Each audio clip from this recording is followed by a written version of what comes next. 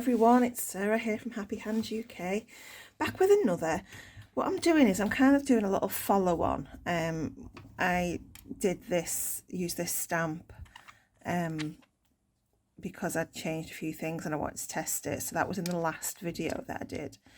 And I didn't make anything from it, I just sliced it and ended the video. I've been quite busy. So now I just want to do that, but I had my lovely friend Vera has asked me to do a video on resining. She wants to see how I do it, so I thought I'll incorporate that as well. These are baked, so I'll just cut them out. These are just bits of scrap, but this, all of these and this one is from the slices that I made, and this is this one that's left over. So I wanted to show you what I did. So this is the slice as is, as it came off. So what I would do is I would get some of my scraps and make a backing for that. And then obviously this isn't very even, or it's not very tidy. Let's see if I can quickly do it. Actually, I've got a slice left over. Will it fit? No. So I'll just quickly whiz that up to create a bit of a backing for this to go on, because I want it to be a bit more even.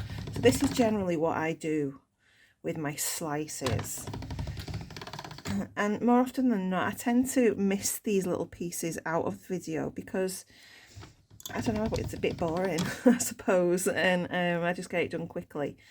So I'm just going to go into a little bit more detail. So I'm just conditioning these bits of scrap, and these are all from the same block that I made, so they're all the same colours, but they're just mixing in together. Whoops. I'm not really bothered if the colours don't mix in properly. I quite like the organicness of that. So this is on a setting 1. It could probably do with a bit more conditioning, but for video's sake and for time, I'm just going to leave it at that. So this is more plain, and this has still got the colours that I've not quite mixed in yet. So if I like the look of that, I would generally use that for the back. So I pop this piece on. This is still warm. I'm just going to move it to one side because I don't want to accidentally part bake with the heat. Mind you, this has gone warm now. Never mind. So we pop this down, and then just make sure that it's stuck. Now obviously it's still not level, so you can use your clay thickness guides to level that out. I'm just going to grab my blade and I'll chop this off. I don't need that bit. You can either use your clay thickness guides to get the thickness that you want, to level it all out, because you don't want it all bumpy. And I can feel here, this is slightly thicker here than what it is here. You can see. So another way of doing that is just to pass it through on your thickest setting, and that would give you this. And to help with distortion, look, my finger's still a bit sore. It's getting better. I literally sliced the top of it off. It was really sore. Anyway, I'm just really conscious of it on the video. Then I would turn that around so we can keep this lovely circular shape and go to the next setting, which is the 1. And now we have a nice even surface. This here needs burnishing. Can you see the hole in that? We don't want that. And here, we don't want that. So let's get a little bit of paper. I should have had it out. It's only in my drawer here. And just burnish it a little bit, just to encourage those gaps to close.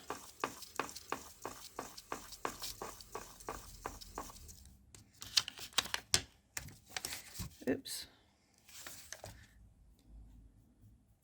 So here has closed. Here is still, let's zoom you in a bit. Let me see if I can do it. I always forget to unzoom after the fact. So don't shout at me if I forget, I'll try not to. Here, I've still got little holes in it, and I think here as well. So I'm just going to give that a rub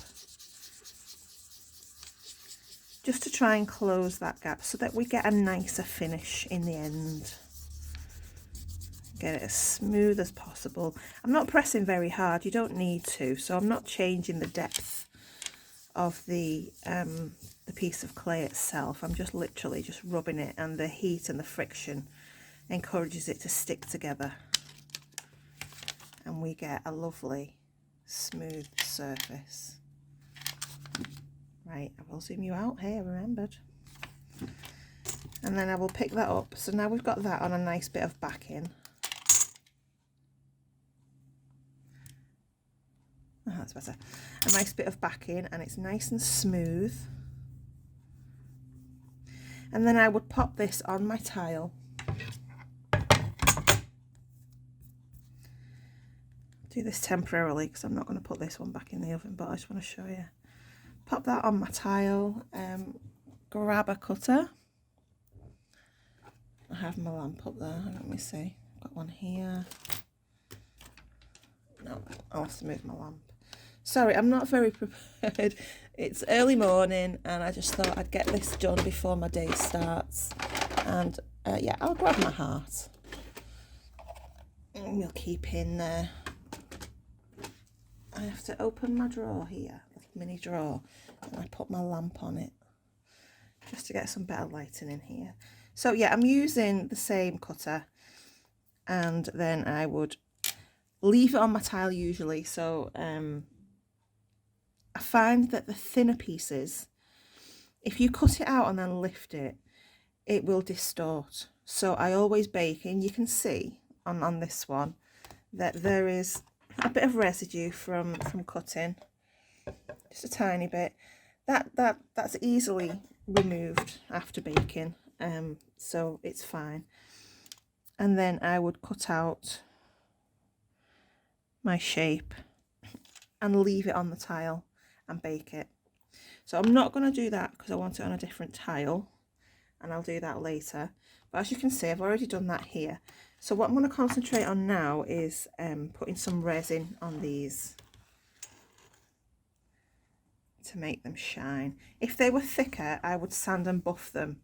You know, if I've got a nice chunky pendant, I would sand and buff, because that's always looks very nice as well. But there's the fear of them snapping, and it's a lot more fiddly when they're thin.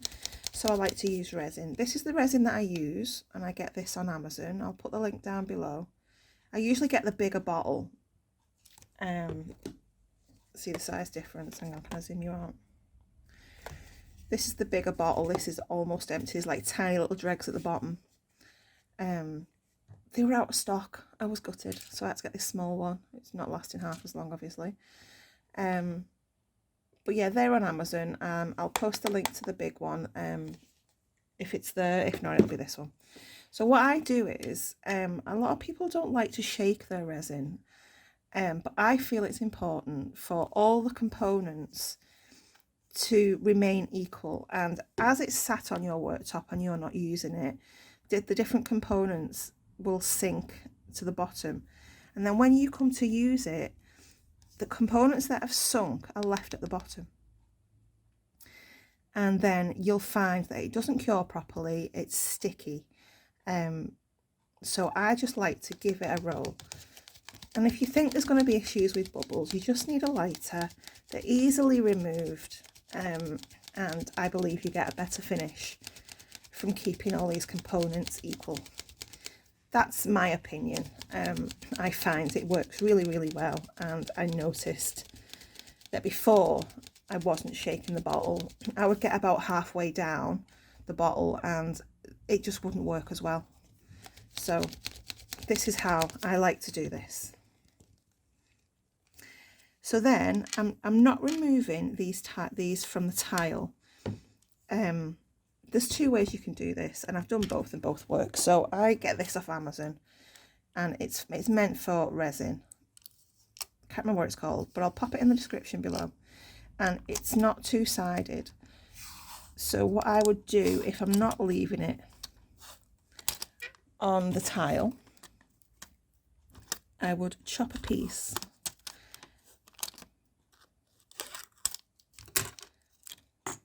And then grab some sellotape. Bear with. Out of my drawer. So I get some sellotape. Just pop that down for a minute. I usually have a big packing tape, but I've run out of that. And I would put the sticky side up. And tape that down to hold it in place. Oh, that one's just come up. And then that's just ran out. It's just gonna be one of those days, isn't it?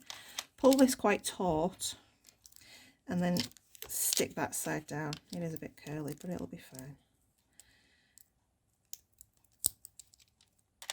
So if you stick it on and then pull it taut and then stick it down, and then we've got a piece for something to stick on.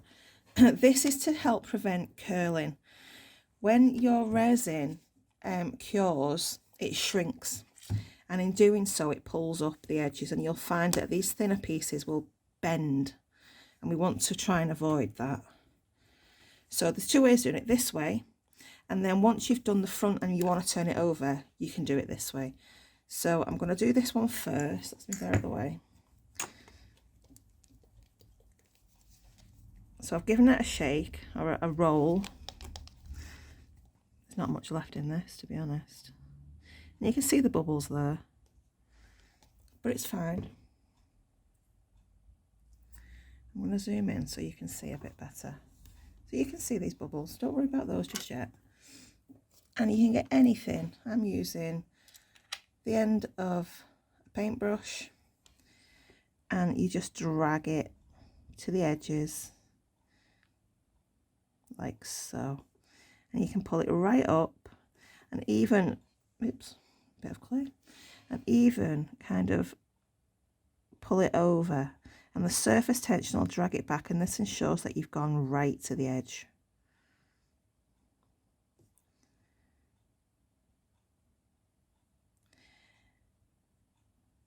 And then if you find that you've not put enough down, what I like to do is put less down than I need, although I didn't really on this one.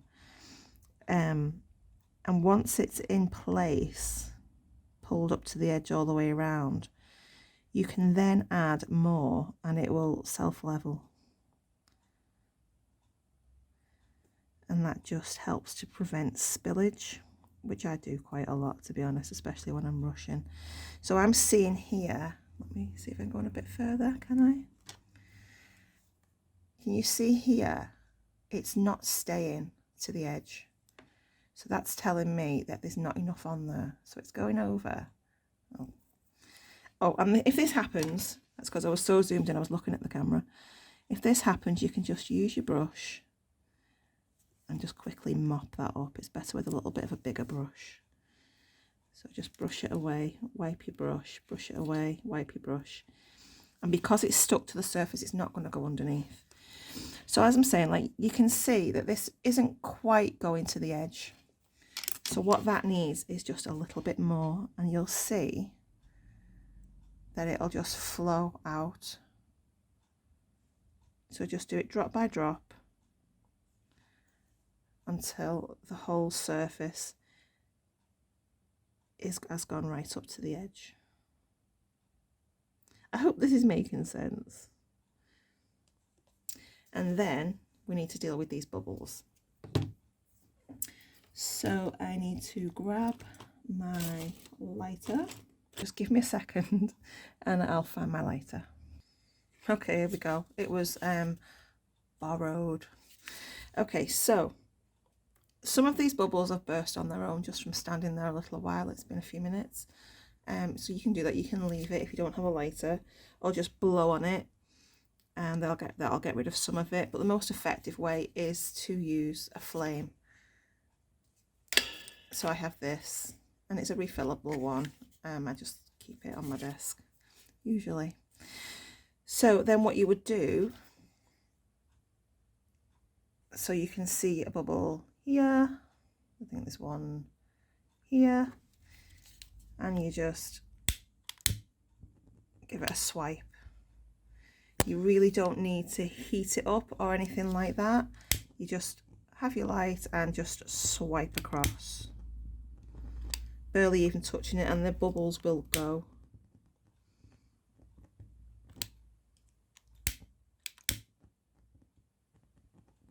And there you have it. That's that one covered now. See, all of the bubbles have gone. And we can put that under the UV light. So I'll do that and I'll come back. I'll just do these two as well and I'll come back. Okay, so these are now done. I put these under my lamp for 120 seconds. And then I like to let them sit and cool down, because the resin does heat up with the UV when it's activated. It heats up and it gets really warm. I find that if you pick them up straight away, you will get fingerprints on them. It needs to continue curing. So I just leave it for a minute or two, let it cool down, and then I will pick it up. So I would work, then leave that there, work on the next group and keep going until they're all done, and then start again back to the beginning. I'm not going to do that for this video. I'll just show you what I'm doing. I just need a little pokey tool. Anything will do. Let's have a look. Yeah, you'll do. So then I will now just lift this off the surface, if I can.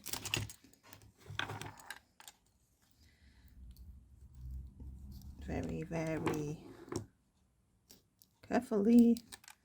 There we go, there's one. And there's two. If at this point you had a spillage like I did, you saw that I did a little spillage and it's gone under a little bit on one of them, you can tidy it up with a nail file at this point, or you can do it at the very end. It's entirely up to you. So we're going to do the other side now, and I'm going to pop it on this sticky one, and you can see it's not curled up at all, it's not bent. Let's zoom you out. It's lovely and flat, and that's because it was held down to the surface nicely. And this is residue, clay residue, and you can just file it away. I won't do that now because I don't want to create dust, so I always do it at the end. So we'll pop that on and do the other side and just press it down. Make sure it's stuck nicely and do the same again. Just giving it another little shake up. Pop your resin on, and again just encourage it out to the sides to get a nice even coverage. This stuff is self-leveling, so it's important that you try and keep them on a flat surface so that it doesn't dribble to one side.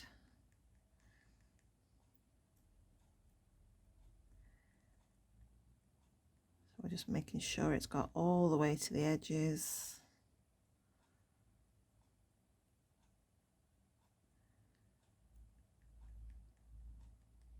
And again, we have some bubbles, so let's get rid of those. And then if you need to top up, which I think I do a little bit, if you need to top up, just do that and let it self-level. And again,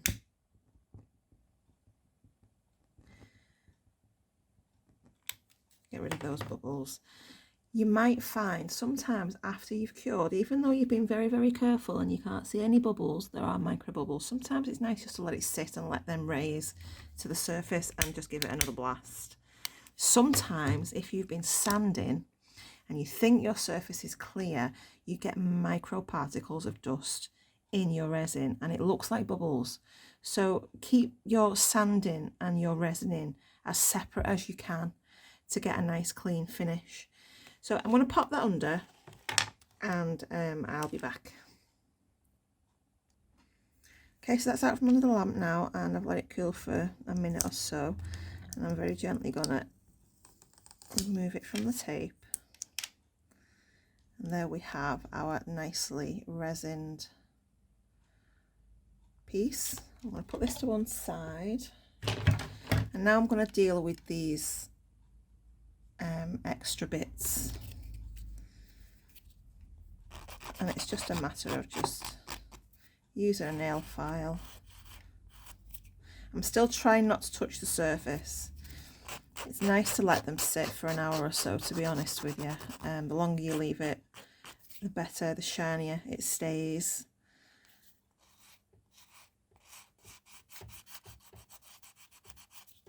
So I'm just tidying up those edges.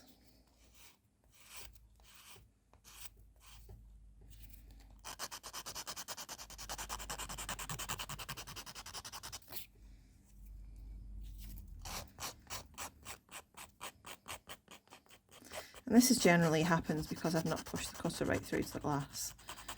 Rushing as per usual, not really paying much attention to what I'm doing. Being dippy. So that's nice and smooth. We've got a nice edge. And there we have our resined piece. And it's nice both sides. And then I would come in with my drill.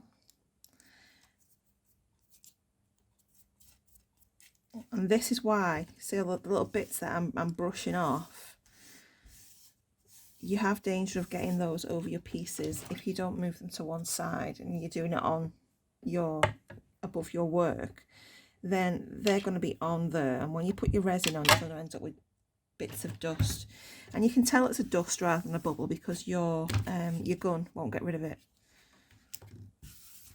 and it does look like a bubble, but it's not, it's dust. So now I'm going to pop a little hole in,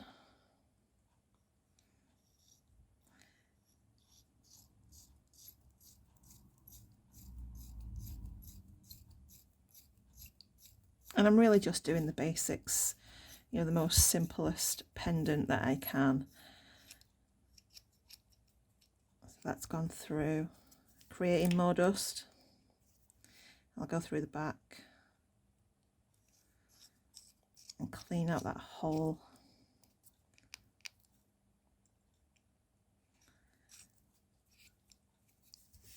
And then you would either pop a pinch bail on to make a pendant, or a loop and an earring if you want to make an earring, and that's it basically. That's what I do with my pieces.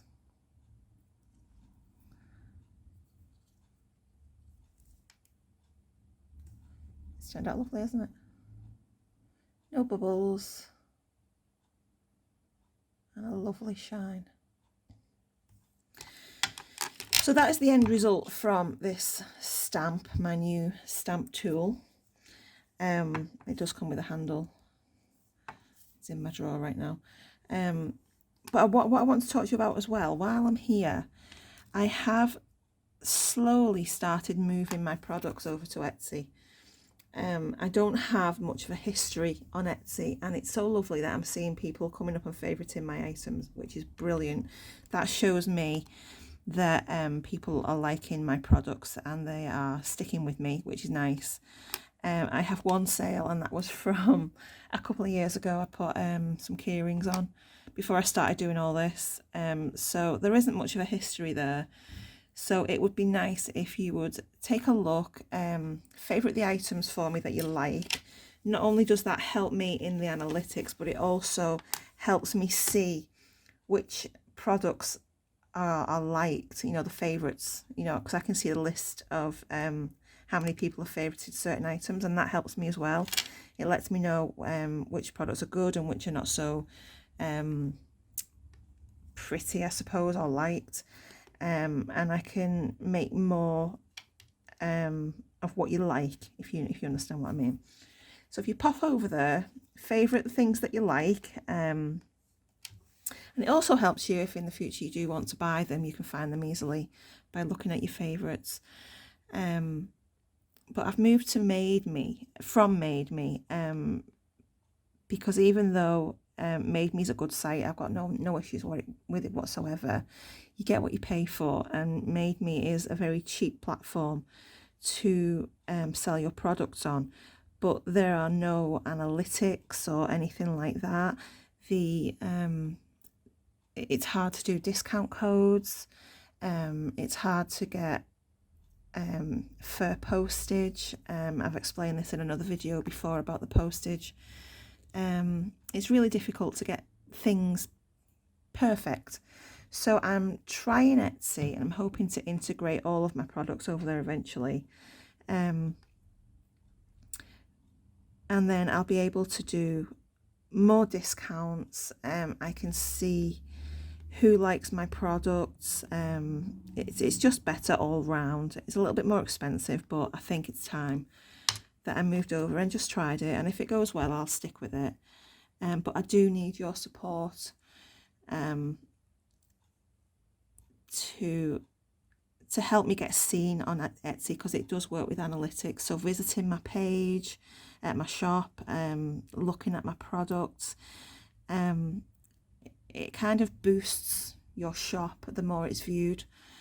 So if you would take a few minutes, I would really appreciate it if you go and have a look, and we'll see how that goes with that. I'm hoping in the future, once I figure out how to use it, that I will be doing discounts. That was the problem, a big problem with Made Me, that I couldn't figure out. It was really hard to do. There wasn't very many options in the way of discount codes. So that'll be better for us all round. You'll be able to benefit from that. And I can also start popping discount codes into the packages from sales and things like that. So I'm hoping it'll be better all round for everyone. So stay tuned. I have put a lot of my stuff on there, not all of it. I've only really concentrated on the Makume Ghanaian texture plates and rollers at the moment, but I will be putting the cutters on eventually. I just wanted to test, because you have to pay for each listing, rather than with Made Me, there's no charge per listing. It's just a monthly fee for everything. So you can just post as many as you like. So right now, I think I've got about 30 or so items on Etsy. So yeah, go and have a look. Your support is amazing. I really appreciate it, and I would appreciate it if you could go over and have a look and click a few of the hearts on some of my items, the ones that you like, and help me get seen, really, to help boost my business. I know that it's tough times. I don't expect a sudden influx of orders or anything. So just I'm grateful for the support by just being there, looking, and showing your support by liking is important to me. It's much appreciated. And yeah, that's it. I'm going to stop babbling. I hope that helped you, Vera, in showing you how I do my resining. Resining, is that a word? It must be. And as you can see, yeah, it does turn out nice. But that's what I do. That's how I do it. And yeah, I will see you in the next one very soon. Take care, everyone, and thanks again for your support. See you soon. Bye.